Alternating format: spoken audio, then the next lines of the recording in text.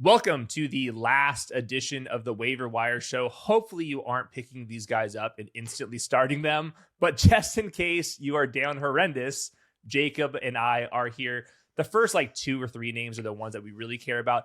Everything beyond that, it's like, okay, if you're picking these guys up, you're in trouble. But let's start this thing off. One of the key injuries here, aside from, Micah Parsons and Patrick Mahomes, was, of course, Bam Knight. Bam Knight leaves early.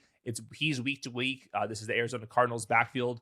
Michael Carter was the one to take over. What are your assumptions? Michael Carter, they got Emari Demercado back. Do we just assume that what happened last week is just going to happen this upcoming game? I don't think there's ever been a backfield in my entire time playing fantasy football that has had this many twists and turns while all of the backs involved were somewhere between mid to functionally useless. Yes. It's just unbelievable how many twists and turns this backfield has had, and it's so frustrating that we have to care, frankly, because none of these guys are any good. But they continue to rack up about 120 plays per game. Some of those involve 2-yard runs. Some of them even involve dump-offs. And they can't even involve a touchdown. So, yeah, we're basically back to where we were right after Trey Benson initially got hurt. Zonovan Knight came, he went. We're back to Carter and Demercado. And it seems that it's preferred for Carter to be the early down guy, Demercado, the pass down guy. No Benson, no Connor, no Knight. And yeah, he's like a total volume-based RB2, like perhaps the most volume-based of any RB2 ever. Basically slot him in, I think, more or less where you would have slotted in Bam Knight for the last couple of weeks, which is probably like between RB24 and RB32 in your rankings. Yeah, this is simply a flex league only type of play, half PPR. The starting running back for the Cardinals kind of ranges between 9 to 14 kind of expected points, and they're dealing with backups at left tackle, a guard, and at right tackle. So it's the season's completely over, but Michael Carter will be in my top 32-ish, I would say. He's probably going to be parked after the Blake Corum types, but kind of ahead of some of the other maybe standalone running backs. I think the more interesting guy, I think not even just for this year, but if you guys love Dynasty, Colby Parkinson, I just quickly looking at his contract, he signed a multiple-year deal. I think next year he's going to remain on the team. Tyler Higbee's a free agent, and he's old, and who knows if he's going to play football next year. Colby Parkinson is very involved, and he was kind of a receiving prospect type to me all the way back at Stanford, who now is starting to pop off all the way up to tight end 8 in usage this month. What's the latest on Colby Parkinson, the tight end rotation? And I guess we'll hit on Davante Adams too. Yeah, he's had a big boost ever since the Tyler Higbee injury happened. They've been doing that 3 tight end stuff all year. And typically, they're kind of mixing and matching where Terrence Ferguson is the pure receiver. He's really been actually diminished in the offense lately. And then they were sort of juggling between Higbee and Davis Allen and Parkinson for that more traditional tight end role, and often playing multiple of them at the same time. Without Higbee, Parkinson's really the only do both tight end now on the roster. You have Allen, who's more of a blocker. You have Ferguson, who's more of an inline wide receiver. And Parkinson's the do everything guy, especially now with Davante Adams out, at least this week, probably both of the remaining weeks of the fantasy playoffs. You have a guy who has a very plausible claim to being the number 2 target on one of the best passing offenses in the whole NFL. And that's extremely exciting. I agree. I think every time he's gotten opportunities, he has been an interesting player. I'm surprised that he's never gotten more sustained run on any of the teams he's been on. So, who knows looking forward. But I think it's very conceivable he's a top 12 tight end each of the next 2 weeks. And definitely, if you, for whatever reason, particularly need a tight end, he is going to be the best option to pick up. Yeah, it's back-to-back weeks with at least 11 expected half PPR points based off his usage. He's obviously going to get a lot of red zone looks because he's legit 6'6" or 6'7". He got a very referee-friendly call to score the touchdown, but he's been scoring touchdowns for the last month and a half. So, and obviously Adams voids a 40% red zone target share. I don't really know why they don't throw to Puka inside the 10. I'm pretty sure he'd be good at it, but I know he would. It's just not really his role for whatever reason. Yeah. So, Adams voids a ton of touchdown opportunities. Yep. I'm presuming their goal to go package from here on out is going to feature a lot of Kyron and Corum, but a lot of Colby Parkinson if and when they go to the air. Yeah, you can definitely throw a jump ball to the guy that's 6'6". Totally. Okay, while we're with Davante Adams, is there any other wide receiver we can possibly throw in there for the Rams? Like, I was trying to look at it. Routes are about the same. All these guys kind of rotate. It's like Tutu Atwell made an awesome play near the sideline, and then it's like Mumpfield popped in. Jordan Whittington was kind of out there. Like, there's no way I'm going to be ranking any of these guys in my top 40 wide receivers this week unless you have like a really good answer here. No, there's just none of that at all. They went with a massive rotation, and they did the same thing when Puka missed the game all the way back in London against the Jaguars. And that one I thought was more clear cut because I thought Whittington was sort of the Puka roll handcuff. Yes. To the extent there is a handcuff for the Adams roll, I guess my guess from like a skill match perspective might be like Mumfield, or maybe Xavier Smith. I'm not really sure, but I think it's just going to be a big rotation. So I would avoid probably it altogether. Maybe one of them really pops. Maybe you have a lot of free bench space. You can take a shot on one or two, see what happens. And then maybe in week 17, they're startable. But I don't think I'm trusting any of these guys for this week. No, you better have a lot of friends if you're picking these guys up and starting them. These leagues better be extremely deep. Let's go over to quarterback. We got news. Jayden Daniels is going to be out for the season. They're just going to take it easy with him. Don't want to fully RG3 Jayden Daniels. So it's going to be Marcus Mariota again. A little bit more of a quiet week. But over the last couple of years, the difference with Marcus Mariota is he's like actually throwing the ball down the field, which that was like the big critique of him when he was starting for all those seasons like a half decade ago. Now he's pushing the ball down the field. He's got a healthy wide receiver group right now. He runs a little bit on top of that. So I think he's going to be kind of a fringe top 12, top 15 guy, depending on the matchup the rest of the way. He's by far probably my favorite quarterback pickup for the week. Yeah, if you're the Mahomes manager or if you're having any other issues with quarterbacks, I guess we should mention if Trevor Lawrence is available, that's probably the number one pick. Yes. But beyond that, yeah, I think Mariota is totally fine as well. We've talked about him before. He's kind of a not super high ceiling, but totally viable top 15 guy. And he gets the Cowboys for the fantasy finals if you get there. Right. Not a great matchup this week against the Eagles, but the Cowboys could be fun. Okay. While we're on quarterbacks, you saw this one live in person. Phillip Rivers Bowl. What? How did the ball look? Fantasy. Do not pick one from there. No, how did it look in person? Was that ball ripping or what?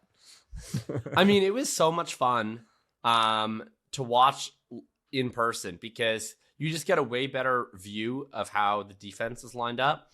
And like, I'm going to sound like a boomer, but like you don't see a lot of quarterbacks play ball the way that he plays anymore. And so, it's every snap. They're breaking the huddle in the high 20s. They're rushing up to the line. They're using indicator motion on almost every single play that has any chance to be a pass. And then Rivers is going up, and Seattle, super hostile, loud environment. So everything, it's indicator motion. Rivers seeing whatever he's seeing. He's going to the line. He's going to Taylor. He's resetting the protections. Sometimes he's completely canning the play. Whatever it is, it's just really fun, like, to try and play along. And obviously, I don't know whatever the calls are in the huddle, but it's fun to just play along with, okay, what do I see here on this defense? What do I think he's seeing? What's he trying to identify? They almost win that game. I think I hated how they handled the game management stuff. You were totally right on Twitter. But outside of that, I thought that they really managed the game like as well as they could, which was just soak up as much of the play clock as you can, try to get Rivers in third manageable. And like I don't think he had a turnover-worthy play the whole day, except for the very end fling to Michael Pittman, which like is not his fault. It's what you got to do. Yeah. I think he had the one sack, which was one of the funniest plays I've ever seen. Where like he tried to give himself up, but they didn't touch him, and he was like, "Fuck, I guess I've got to try to." Oh my god, that was amazing. So like, yeah, he has no juice, but like, I don't know. I mean, I watched him every game in 2020, and like his arm is worse, but like he also didn't really have any arm strength then either.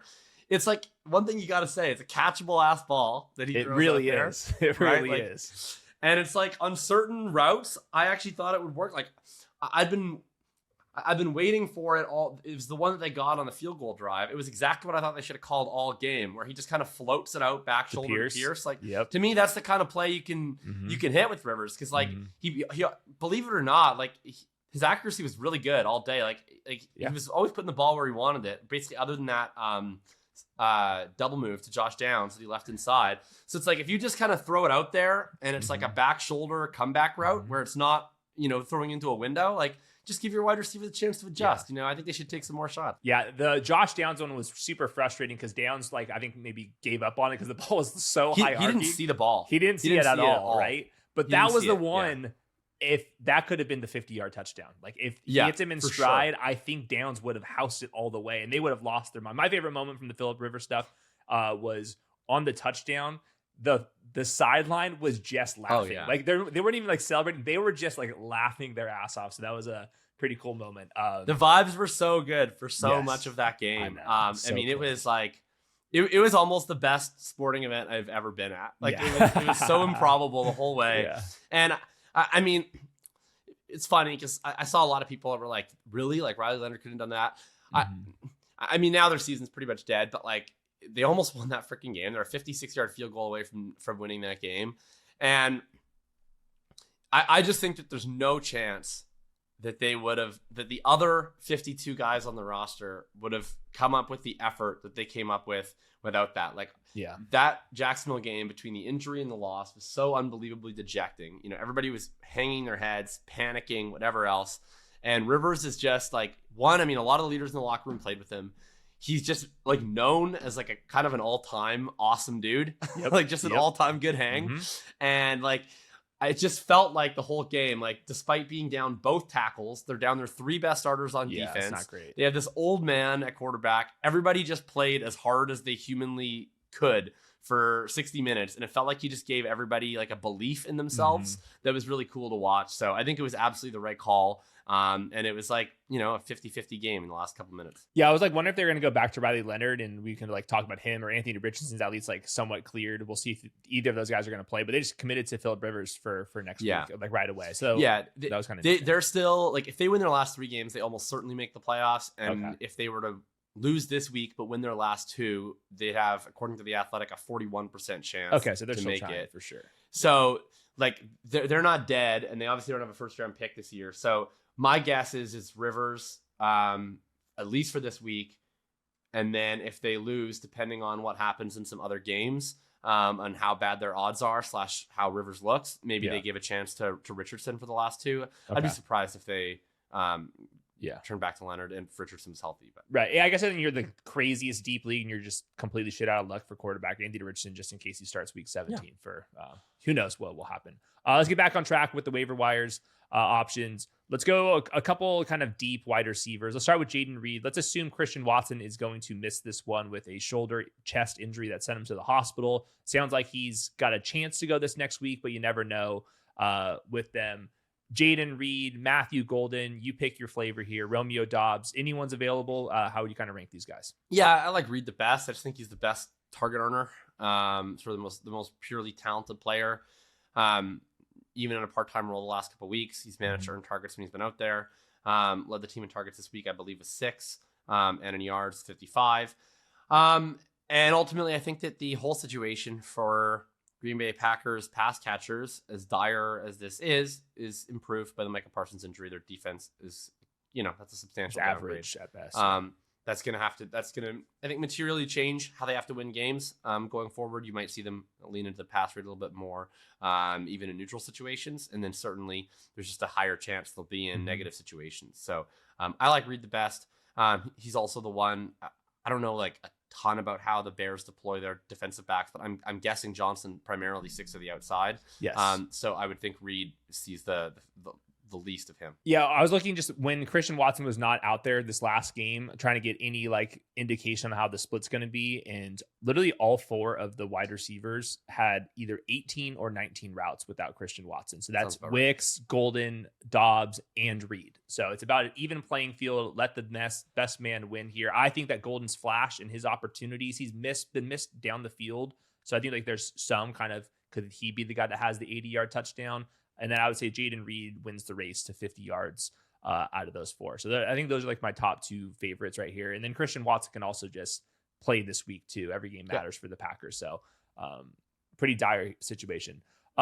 Really frustrating one for me. The Odunze coming back. It's a stress fracture in his foot. It's negative wind chill and he's going to play on it against the Browns. Against the Browns. What were they doing? Anyways, let's assume Rome Odunze is going to be out for the rest of the regular season.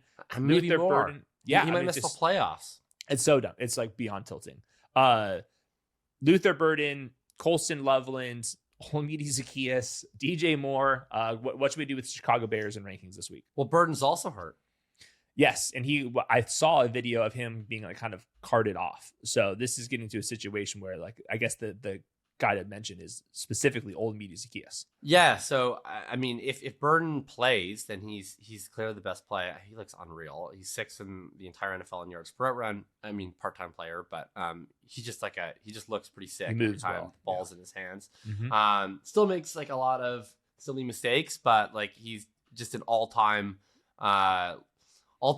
team moves different type of dude. Absolutely. And it's just, I think, immediately apparent how high the ceiling is on him, 21-year-old player. So, yeah, if he is out and Rome is out, then you have, DJ Moore is back from the dead this week, but overall has not done much this year.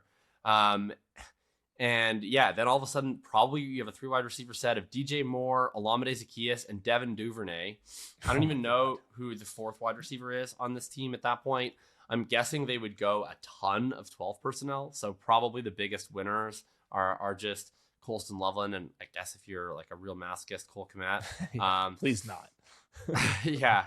So I don't know. I think that like the Odunze thing is like a hopeful quote unquote injury because this team is just not concentrated enough when everybody's healthy. And so it brings Burden and Moore and Loveland into play. Mm-hmm. But you subtract Burden and you mostly just fill that with guys who suck.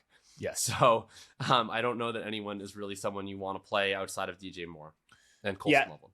If both of the guys are out, I will probably have to have Olamide Zaccheaus in wide receiver 44 or something like that. Sure. And then I think Colston Loveland would absolutely be a top 10 tight end to me. Like I would drop Travis Kelce for Colston Loveland, obviously, for this week. So if Colston Loveland, for some reason, is kind of hanging out there, he's making diving plays. I think that his tape looks really good as well. Mm-hmm. So too early in the week to know about the final injuries. Let's see. Those are like kind of the top ones. Oh, Woody Marks and Nick Chubb and stuff. This is another uncertain situation with the Texans running backs.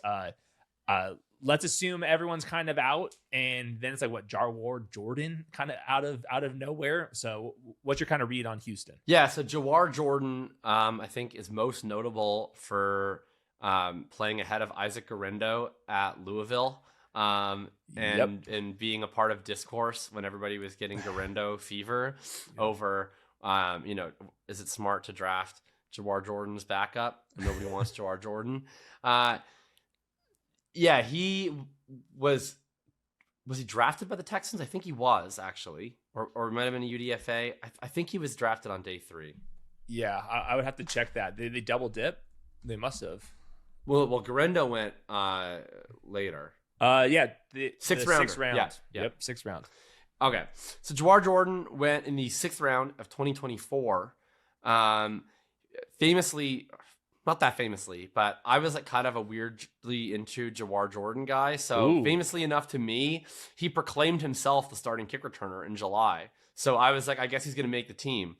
He, in fact, was not a starting kick returner. And in fact, he was not active for a single game in 2024. It was a good effort. And I think put on the practice squad. I didn't know he was still in the NFL until he was on my screen yesterday. Yes. But I guess he stuck around this whole time on the practice squad of the Houston Texans.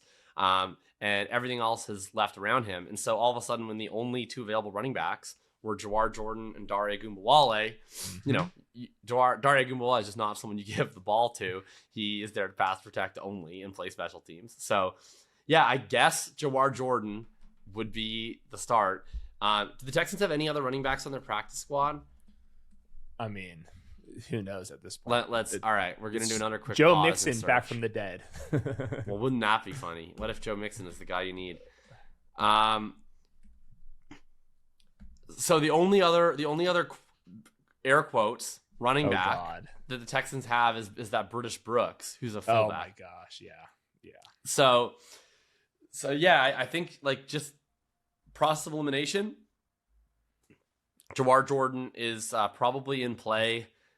I guess I would rather him or Michael Jawar Carter Jordan for or next Michael week. Carter. Yeah, I think I would rather do Michael Carter than Jawar Jordan. Yeah, but I'll note if it's somehow this last 2 weeks, Chargers not a very good run defense. Yes, this is true. I will say CJ Stroud's playing really well. I think he's seeing the field extremely well, and they've kind of found a couple answers here, and they got like the right wide receivers on the field enough. So I think that offense is like starting to click. It's like more like league average, like fringe top 10 at this point. So that hasn't really translated for like the rushing success, but yeah, I think it's pretty comparable. They'll probably both be hanging out in my wide receiver 30-ish range, assuming that they both start. LaQuint Allen with Bashal Tootin out. That I don't think he's going to really like morph into anything there. Yeah, pretty dry week for waivers.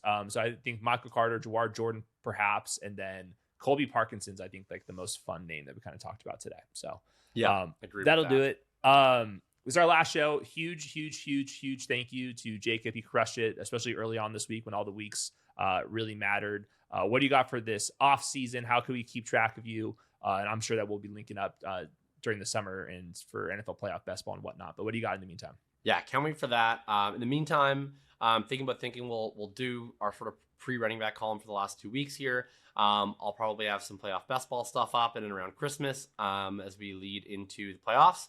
That'll probably be on a bit of a hiatus, but for those that are new to my stuff, it's a lot of dynasty content between basically when I come back in the off season in February all the way up through the NFL draft. And I usually try to mix in some like micro prospect evaluation with some macro like strategy, longer form research pieces. Always a really fun time of the season. Excited to get in the lab, see what we have prepared. So if people want to come along for the ride, that'll be fun and looking forward to it. Yeah, this channel loves NFL draft stuff, so we'll link up and kind of compare our models and see what we're liking from the film and stuff. So right when the season ends, Josh is going to be out and I'm going to be just deep in the prospect lab, maybe even a little earlier than we typically do, just because I'm going to be bored and kind of solo missioning this. So we'll see if I can get in the lab and start knocking out some of these quarterback prospects early. So waiver wire, I'll handle it probably with my rankings. It's so at Christmas on Thursday next week, so we'll probably have some type of content on Monday where I'll just handle kind of waivers in another video. So that's what we're doing next week. Stats versus film tomorrow, last one of the year. Appreciate everybody. Peace.